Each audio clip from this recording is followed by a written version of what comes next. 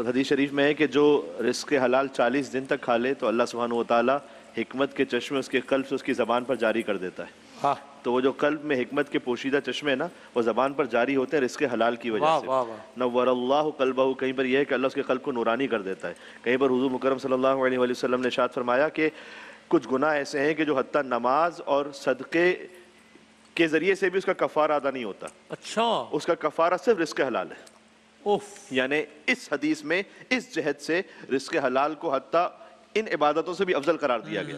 اور یہاں تک یہ بھی فرمایا نبی کریم صلی اللہ علیہ وآلہ وسلم نے کہ جو رزق حلال کمانے کے لیے رات جاگ کر گزارے تو ابھی رات ختم نہیں ہوگی کہ اللہ تعالیٰ اس کے گناہوں کو معاف کر دے گا. تو عبادت فقط مصلے پر نہیں ہے، عبادت فقط مسجد میں نہیں ہے، عبادت فقط محفل میں نہیں ہے، عبادت آپ کے اس مقام پر بھی ہے کہ جو رزق حلال کمانے کا مقام ہے. القاسب حبیب اللہ، خود حبیب اللہ کون ہے ویسے اصل میں؟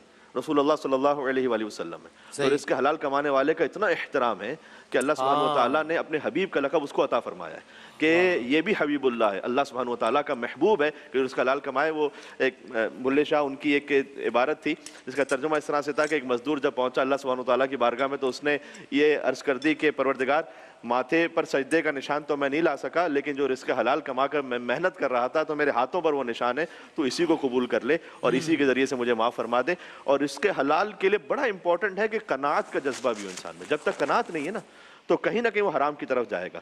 قناعت ایک اتنی بڑی دولت ہے. خود مولا امیر کائنات علیہ السلام کا واقعہ ہے کہ وہ تشریف لے جا رہے تھے تو ایک قصاب نے کہا کہ اے علی یہ گوشت ہے میرے پاس، آپ خرید لیجئے. مولانا کتنے کا ہے؟ کہا 5 درہم کا. تو مولانا نے کہا 5 درہم تو اس وقت نہیں ہے میرے پاس. کہا اچھا چلیں 2 درہم میں لے، 3 درہم میں لے لیں، باقی میں صبر کر لوں گا. تو مولا نے فرمایا کہ تیرے 2 درہم پر صبر کرنے سے بہتر ہے کہ میرا شکم اس وقت گوشت نہ کھانے پر صبر کرے. تو یہ جو قناعت ہے تو خود بخود جب قناعت ہے تو اس کے ساتھ رزق حلال جڑا ہوا ہے. سبحان اللہ، کیا کہنے